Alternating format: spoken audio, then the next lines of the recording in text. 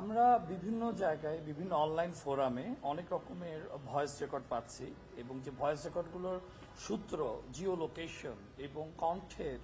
দ্রুত টোন এবং ইউনিকনেস যেটাকে আমরা ডিএনএ বলি সেগুলো সঠিক কিনা কিংবা সাবেক প্রধানমন্ত্রীর ভয়েস কিনা এই সংশ্লিষ্ট বিষয়ে আমরা কোর্টে নির্দেশনা চেয়েছি। আমাদের সিআইডির যে বিশেষায়িত ফরেন্সিক ল্যাব আছে সেই ফরেন্সিক ল্যাবের তথ্যপাত্র যাতে এখানে প্রেরিত হয়। অনেকেরই আছে,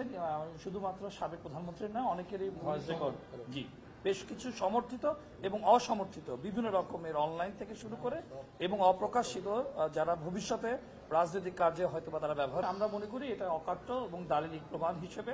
এটা বিবেচিত অবশ্যই হবে। অনেকগুলো প্রমাণই আছে আমাদের এবং আমরা এটা বলতে চাই, আমরা এই ট্রায়ালে আমরা পুরোপুরি ডিজিটাল বেসড আমরা প্রমাণগুলো সংগ্রহ করছি যাতে অকাট্যভাবে এটা প্রমাণিত হয়।